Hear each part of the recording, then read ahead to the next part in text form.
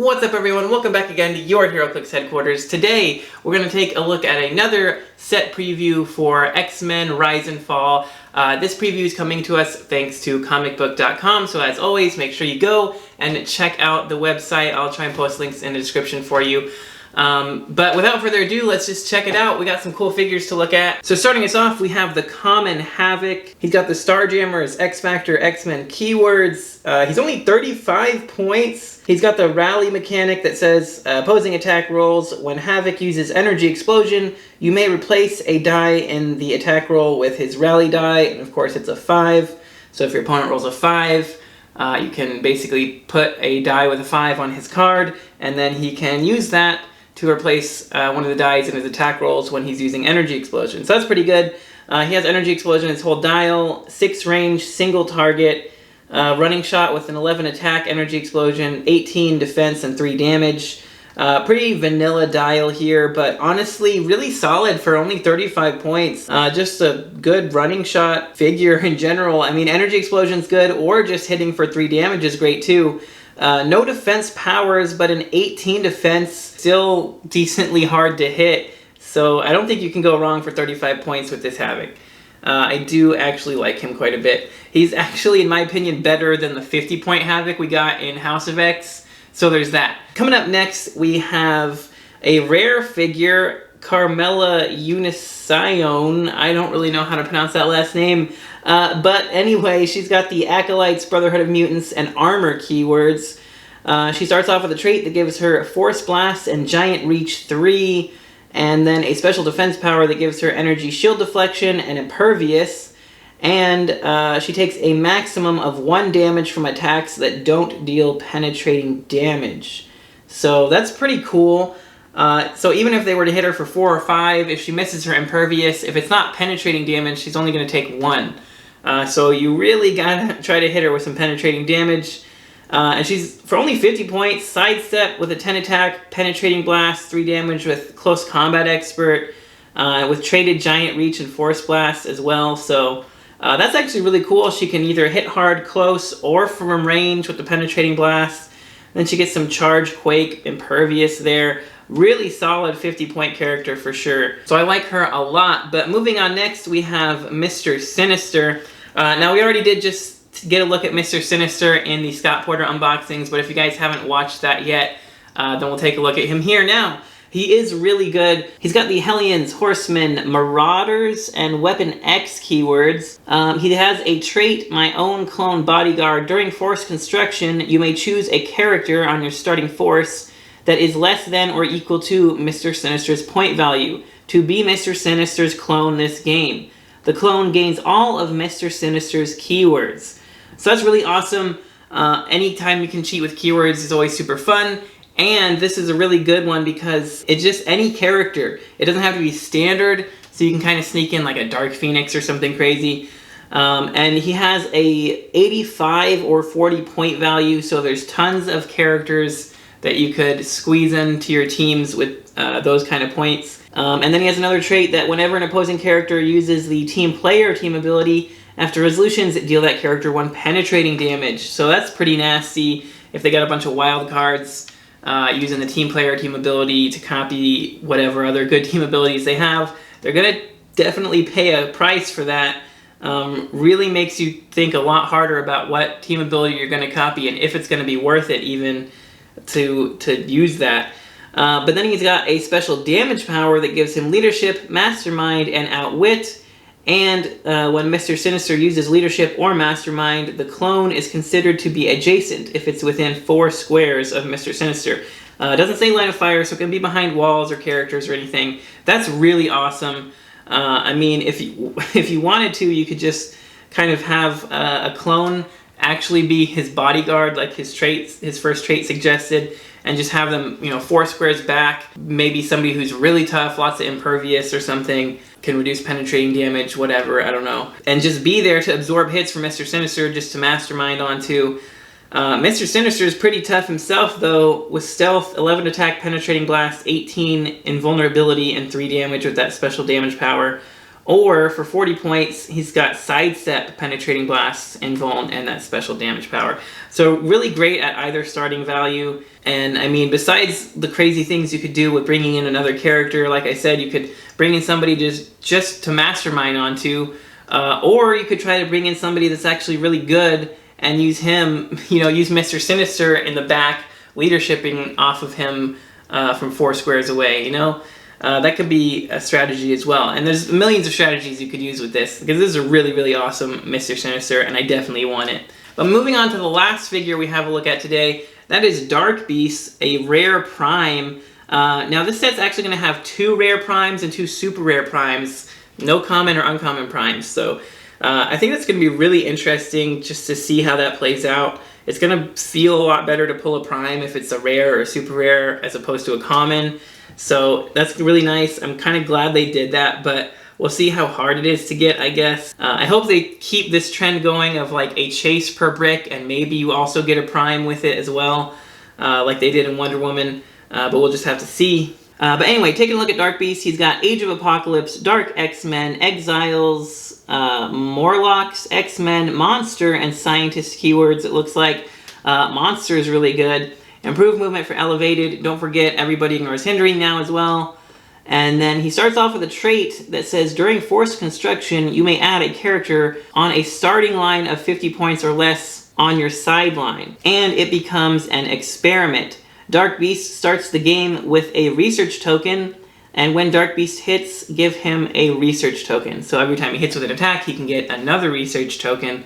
And then his other trait here says, free, choose an adjacent character. That could be friendly or opposing, just any adjacent character.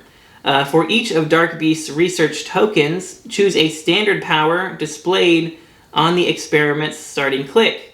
Until your next turn, the chosen character can use the chosen powers. So this is really cool. There's a lot of things you could do with this. You could just throw down any character that has like Penetrating Blast, Range Combat Expert, good powers to pick from. Or, since you can actually give the powers to an opposing character, you could choose somebody that has like Battle Fury or especially, Earthbound Neutralize, some kind of like negative powers to just kind of force upon an opposing character. I'm not quite sure off the top of my head if there's any 50-point characters that start with Earthbound Neutralized, but if there is, that'd definitely be some kind of a strategy. I feel like it'd be better used and probably more likely to be used to just give one of your characters a good power, giving them prob control or perplex or outwit, running shot, hypersonic, pulse wave, anything good, you name it. Flurry, I could see Flurry being a huge one. Just to put Flurry on somebody with charge, definitely I see that combo happening a lot. But yeah, Dark Beast, not bad for 70 points. 11 movement with charge, 11 attack blades, 18 super senses. I wish he started with that outwit, but then he gets some plasticity and poison there at the end. Outwit for the whole middle chunk of his dial. I just wish he started with the outwit. It would make him that much better. As is, charge blades, super senses, kind of boring. I'm not gonna lie, it's just your dial. He does some really interesting stuff though, and I definitely think he's one to look out for. What's that? This just in, breaking news announcement, there's actually some more previews to take a look at. I swear when it rains, it pours with these previews. There's just tons of them. It's getting a little too much for me to keep up with sometimes. This one's coming to us from Highlander Games on Facebook, so as always, go make sure you check them out. Give them a like, and we'll start things off with the Common Hellfire Guard.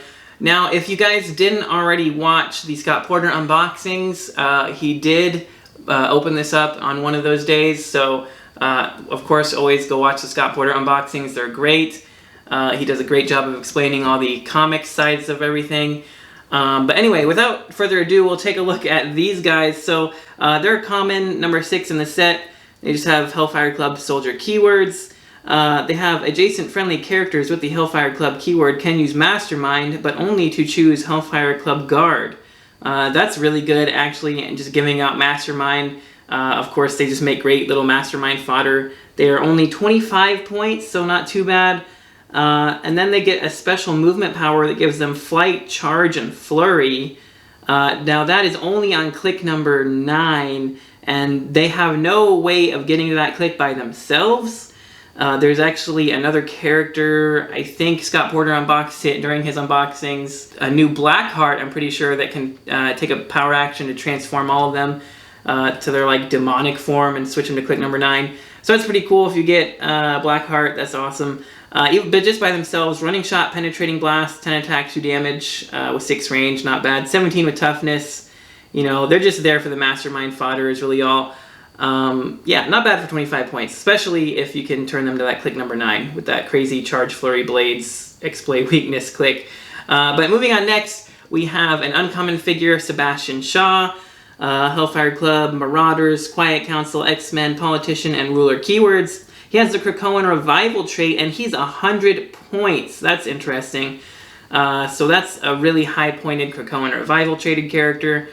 If you guys don't know what the Krakoan Revival trait does, I would make sure to look that up. Basically, though, just to keep it simple, anytime one of your standard X-Men characters dies that's lower points than him, he can revive them and place them adjacent. They still score the points for that character, and then they get to score additional points later, and they get a bystander out of it. Anyway, it's a really cool ability to have on your team, especially with a high point character like this.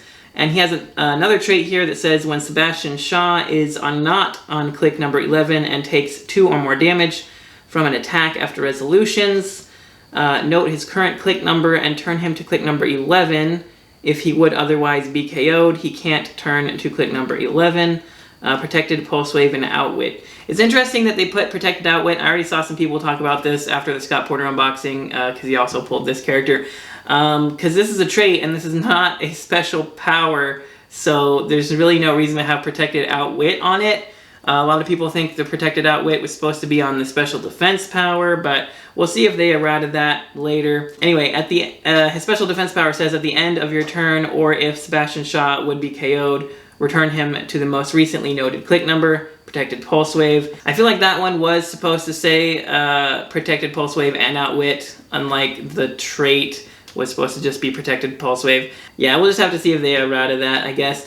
But just on his own, 100 points, stealth, 10 attack, 17 defense with invuln and 3 damage with Outwit. Nothing special there, but you know, if he does get hit, then he gets to that like super click with the charge, 11 attack, 4 damage, exploit weakness, and everything. So, you know, that could be pretty cool if, and that, as long as your opponent doesn't play around it, it's kind of, you could play around that and just kind of ping him for 1 damage at a time. But that's going to be really hard to do when he's got like 8 clicks of life. So he's definitely the kind of figure that kind of you have to really try hard to play around it. It's probably more worthwhile to just hit him, just hit him for big damage, and then, you know, probably just try and hit him again off of that 11 click before he has a chance to use it on his turn, because if he would take damage, he goes back to the noted click number. So yeah, that's what I would do. Nothing too crazy. He's a pretty decent character. I just like having higher point Krakoan Revival characters. Moving on next, though, we have a very special, super rare figure, and that is Apocalypse. He's got the Horsemen, X-Men, Armor, Future, Past, Ruler, keywords, Rally Die mechanic here for opposing attack rolls, again with a 5. Seems like everyone we've seen has been a 5 for opposing attack rolls. And it's free. Remove Apocalypse's Rally Die to choose a friendly character that shares a keyword. That chosen character can use Blades, Claws, Fangs this turn. That could be very powerful if you have somebody with Charge Flurry, if you get decent rolls for your Blades. But, you know, you could always roll 1 or 2, even with 2 attacks in a row, and it might not be worthwhile. So that's a really hit or miss for me. It could be great, it might not be, you know, that just depends on your luck. But anyway, his next trait here, adjacent friendly characters or characters with the X-Men or Horsemen keyword can use Steal Energy. That's a very powerful trait to have. Giving all of your X-Men Steal Energy or all of your Horsemen Steal Energy, or even just friendly characters that are adjacent to him, giving them Steal Energy is very powerful. And then he has a special defense power, which is just invulnerability and mastermind, and a special damage, which is just leadership and outwit. So pretty basic stuff here. You know, his special powers just give him like 2 powers at once, and then he's got a cool trait to hand out Steal Energy to everybody, more or less. Cosmic Energy team ability is great for the willpower and the protected outwit. X-Men team ability is nice as well for some healing. For 125 points, 7 range double target with running shot and a 12 attack penetrating blast for 4 damage is pretty great. 18 impervious, not bad. But then for 75 points, you know, he goes down to an 11 attack with incapacitate, 3 damage there. Not great. I feel like, I don't know, the 75 point line is not as good as the 125, obviously. It's 50 points less, it shouldn't be as good. But it's definitely more team friendly, and if you really just want to put him on the team to just hand out Steal Energy to people, you're going to probably play him on the 75. But if you want to make him like the headliner of the team, the 125 point value is going to probably do pretty well on any random X-Men team you might throw together, or Horseman team. So yeah, he's pretty cool. I don't think he's as good as the last few Apocalypses we got in House of X, but he's definitely a fun Apocalypse, and hopefully this one won't be like $100 like all the other ones. So that's nice at least. And actually, I'm taking a look back at his trait here. I just read it again. Adjacent friendly characters or characters with the X-Men or Horseman keyword can use Steal Energy. So unless they errated that for some reason, that means any of your opponent's characters that have the X-Men or Horseman keyword will also be able to use Steal Energy. So that's interesting because it just says or characters with the X-Men or Horseman keyword. That means everything on the board that has the X-Men or Horseman keyword will get Steal Energy. So that could be a bit of a double-edged sword if you're going against another X-Men team, or in Sealed especially as well. So it'll be pretty interesting to see how that plays out for sure. Alright, but that's not all. We have one more preview, 2 more figures to take a look at. This is coming to us from Lucky Dice Cafe. Again, check them out, give them a like, appreciate them for sharing some figures with us. So let's check them out. They've got 2 figures. That's a common Marvel girl. Again, we did see this in the Scott Porter unboxing, but we'll take a quick look at her here. She's got the Excalibur, Phoenix Force, Starjammers, X-Men, and future keywords. Her rally die mechanic says telekinesis, free, remove Marvel Girl's rally die to use telekinesis as free. So she can use telekinesis, and you can remove the die, so she can use it as a free action. That's pretty great. And she's only 30 points. I actually really like this Marvel Girl. Sidestep, 6 range double target, 10 attack penetrating blast, 17 energy shield deflection, 2 damage for only 30 points. I mean, you're getting sidestep, you're getting telekinesis, you're getting penetrating blast, actually do some damage. Flight is great, double target for that penetrating blast is great.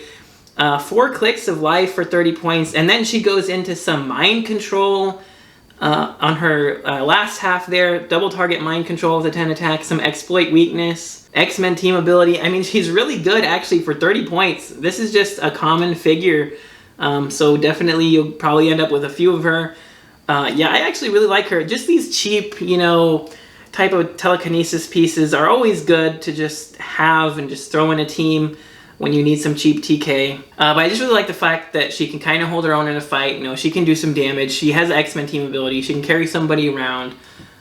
You know, she can mind control somebody after she's taken a hit. So really cool for 30 points, not bad. Next, we have a rare figure, and that's Tempo. She's got the Acolytes, Marauders, Utopia, and X-Men keywords. She's got a trait, I can speed things up or slow them down free. Choose an adjacent character and modify its speed by either +3 or -3 until your next turn.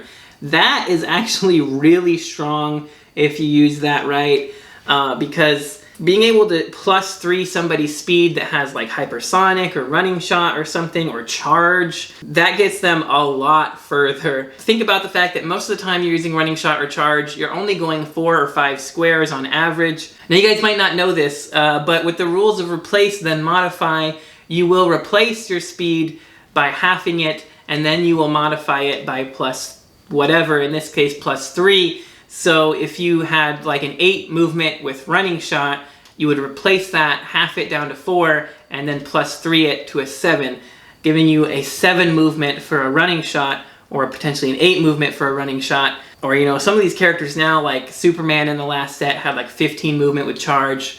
That gives you, rounded up, an 8 movement with charge. With this, he'd have an 11 movement charge. You're going half the board to charge. That's insane. So I really, really like this free plus or minus 3 speed value thing. I mean, once she gets adjacent to somebody, you know, you can give them a minus 3 movement to, like, maybe they have somebody with phase teleport, they might try to get away. You could at least minus 3 their movement, so even if they do try to run away, you know, they're not going to get as far. But for only 35 points, the ability to give somebody plus 3 movement, I think, is really great. And then she also has a damage power that gives her probability control, and adjacent opposing characters can't use super senses, which is also huge. Super senses, especially now, you know, after the Spider-Man set, after the Wonder Woman set with all the Wonder Woman team abilities, super senses is a huge defense power in the game right now. And I kind of wish she was like Gwen Stacy from the Spider-Man set that shut it down within 4 squares. But considering everything this character already does, just shutting it off on adjacent characters is really great too. And plus she's got charge her whole dial and flight, so she can carry someone around. 10 attack, 2 damage.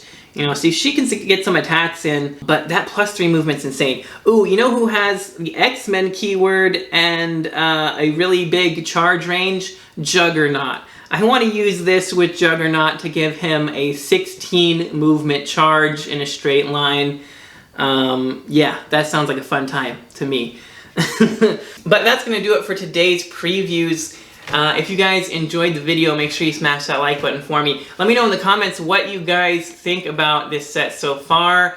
Do you like it? Do you hate it? Are you eh? Let me know. So far, it's getting better and better. I wasn't too impressed at first, but I am liking a lot of what I'm seeing. So that's pretty awesome. I'm glad that it's turning out better than I expected. That's always fun. But anyway, if you guys don't want to miss any future videos, don't forget to click that subscribe button. And make sure to check links in the description for our Patreon if you want to help support the channel there. You can see your name here in the credits, as well as some other awesome stuff, so check that out.